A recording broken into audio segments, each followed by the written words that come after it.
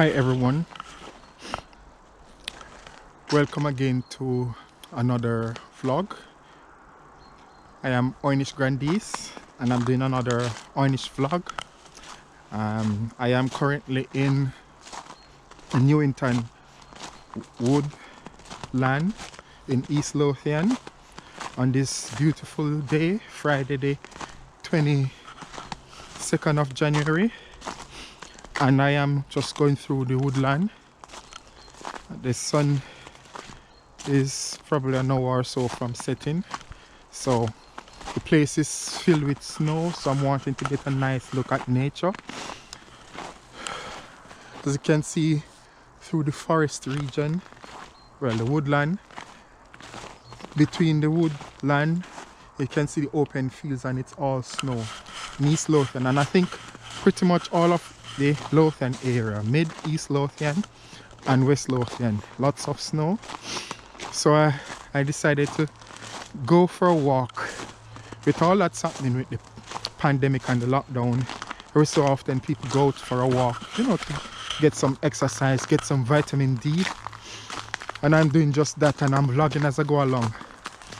And you know, sometimes when I watch some other YouTube videos with some of the great Jamaican vloggers or influencers, and they would be taking very great tours through the Caribbean, through Jamaica, visiting various hotels and special sites like Dunn's River, and it's all sunny and nice. I start to realize that, wow, what a contrast. A Jamaican on the opposite side of the world in the freezing temperature, and just look all around, snow everywhere.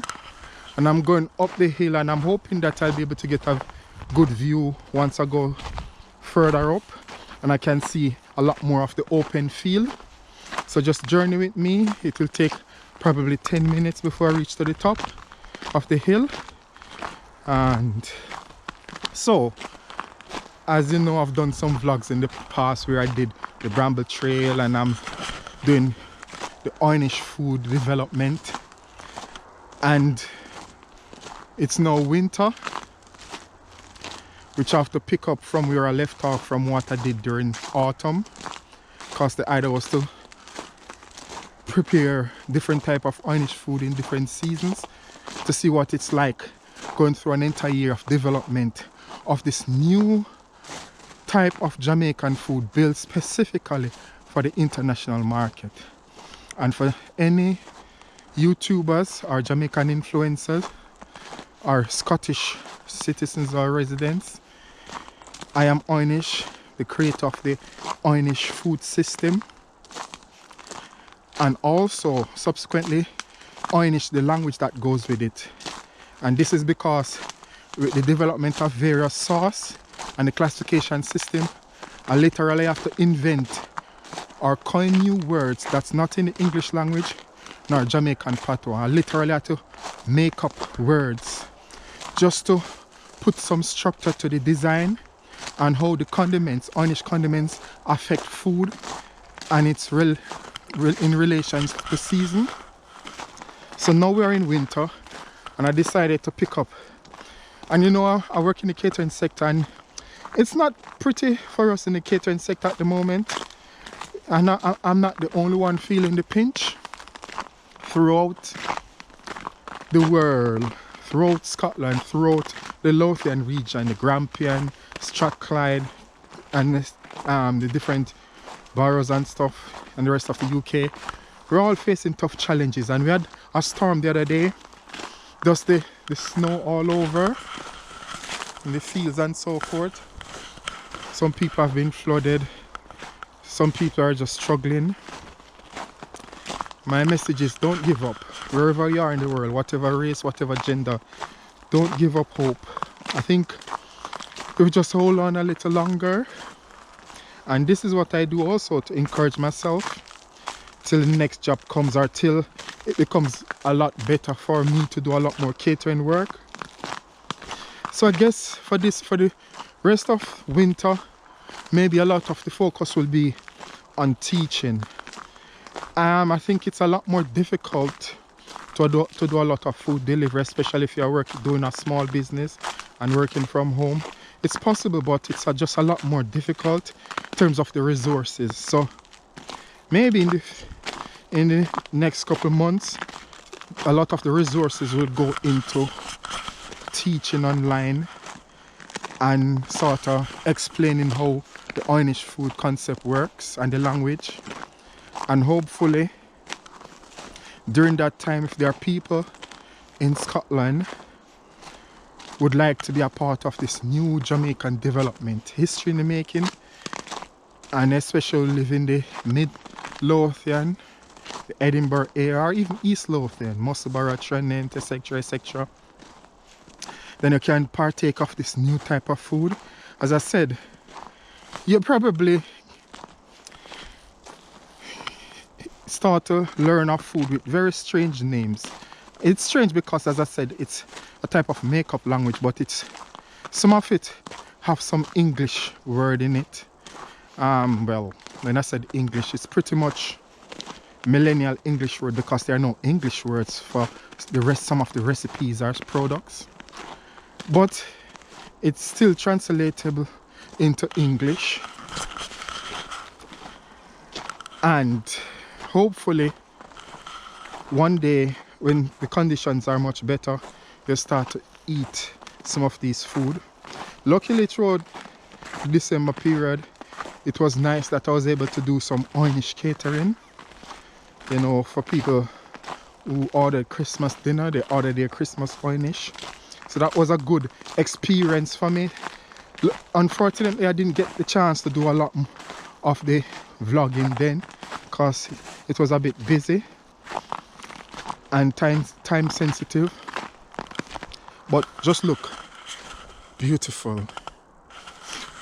But I'm back vlogging and I'm just, you know, sharing, because I know there are many Jamaicans out there, and you have people from different nations who are not currently in their country, living elsewhere, and they have to adapt to a new norm in the country that they are living.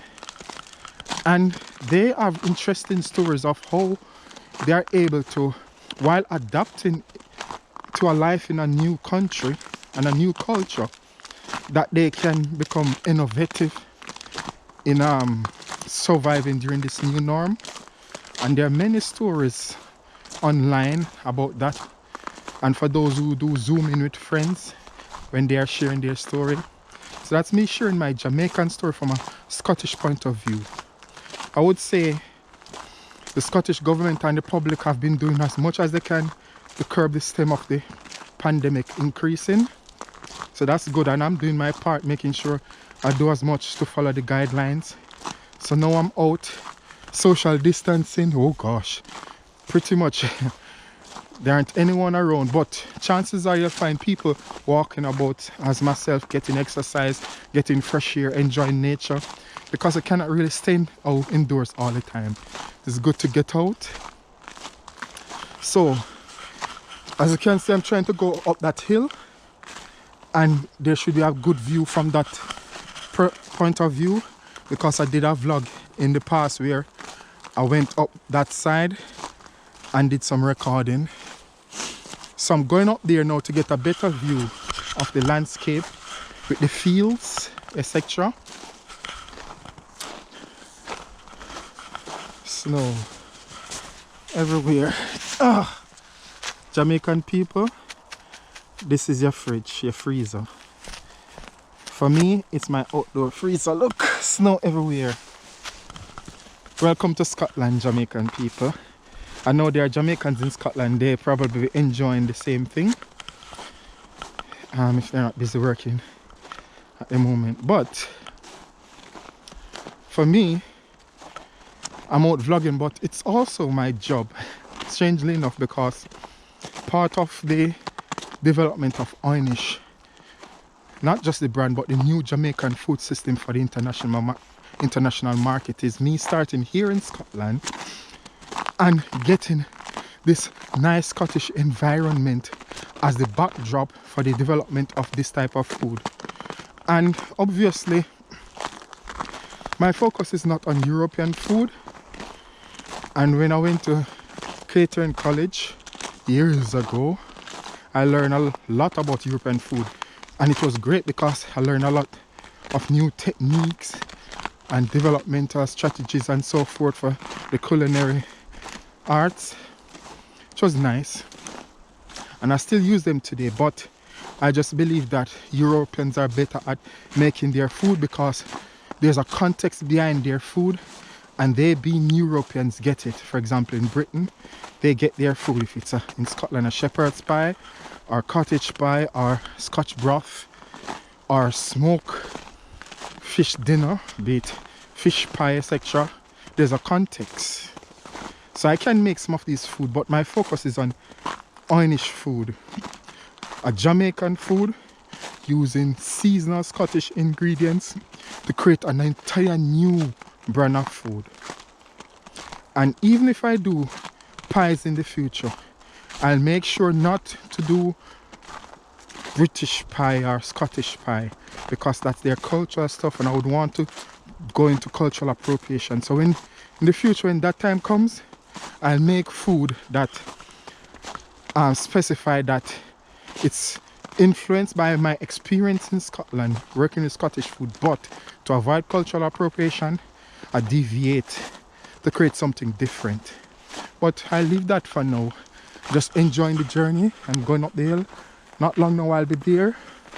As you can see, the sun glaring in the background. Look, as far as you can see. Wow. So we're getting somewhere. So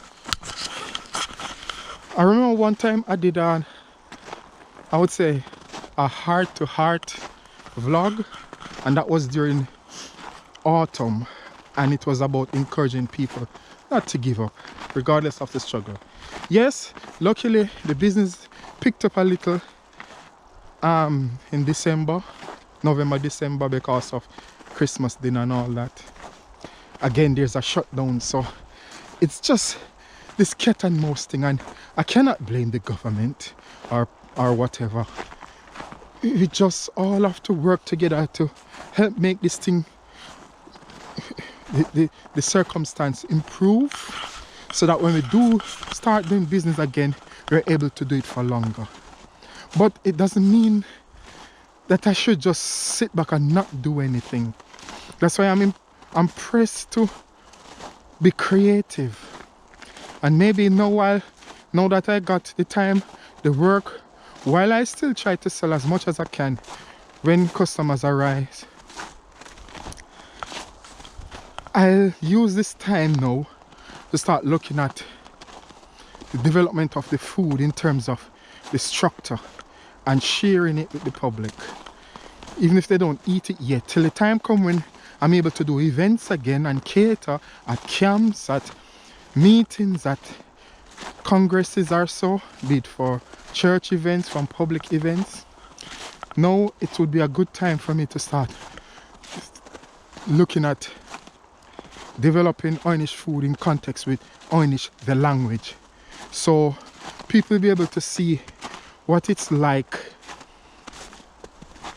to have this constructed Jamaican language. As I said in some time past, that this constructed language is meant only for the development of Oy'Nissh food, and no one should take it serious that it's a Jamaican official language. No, that is English, but our official dialect is Patois, Jamaican Patois. But Jamaican Oy'Nissh language, or just Oy'Nissh language, it's the same thing. Oy'Nissh, the language, or Jamaican Oy'Nissh language, or Jamaican Oy'Nissh, same thing.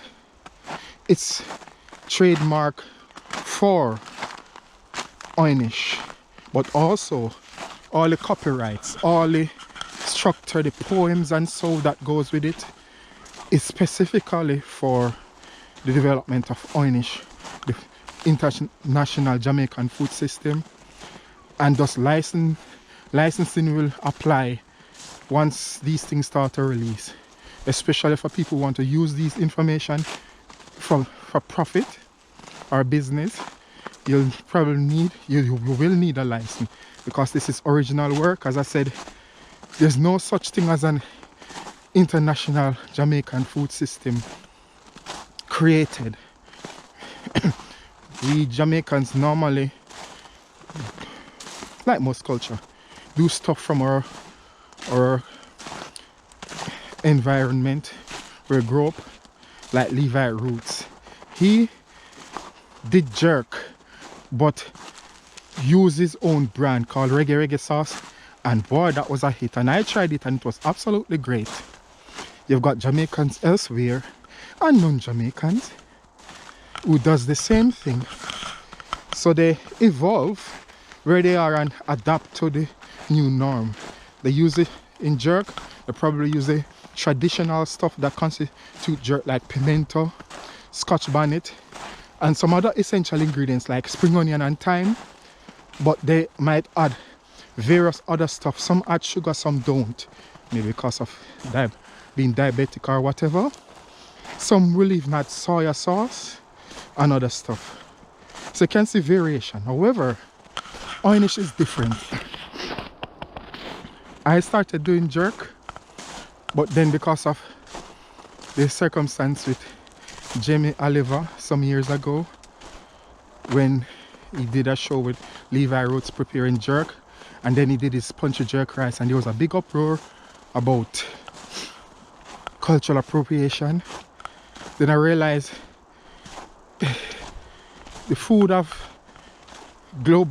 some global implication, but because people twist and add and chop, and in some cases don't use the traditional ingredients that constitute jerk, it means that people are selling jerk when it's not actually jerk. And I just feel that it's out of the hand of the government and the Jamaican people, because even here in Scotland, I remember doing a school class on Jamaican food, and it was supposed to be jerk.